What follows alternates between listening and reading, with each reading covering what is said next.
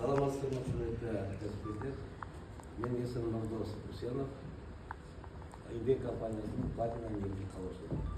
Біздің жетекшілеріміз бүгін Алматыдан келіп отырған алдарыңызда Измұрут Жібәржат негізін қалаушылар Сайлыбай Берлар және Гүлшара ханым.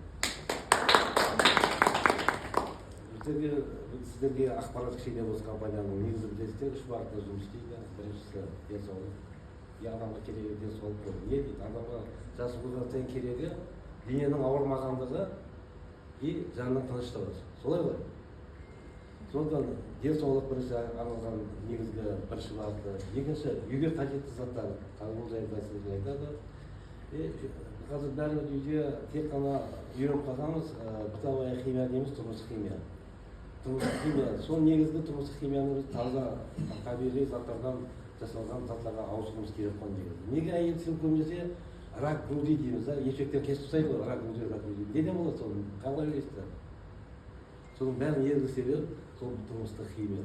Сондықтан құрметті әйел азаматтар, тұрмыстық химиядан арылыңыздар үйдегі. Өздеріңіз алыңыздар, өздеріңіз таныстарыңа айтыңыздар. Сондықтан ең басты мәселе қазір бізде ең пандемия нәрсе тұрмыстық химия, бытовая химия. Негізгі қолданатын үйде өзіміздің гигиенаға қолданатын негізгі ауруға алып кететін осы химия.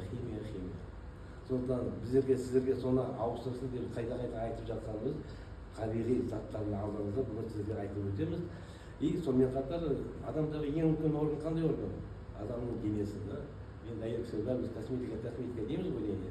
Сол денеге күтімі қажет заттарды сіздермен кішкене ақпарат беріп өтеміз. Мен сіздерге бүгін дәрумендер жайлы, орысша емес, енді латынша витамин дейміз. Вита деген сөздің өзі, вита бұл өмір деген сөз.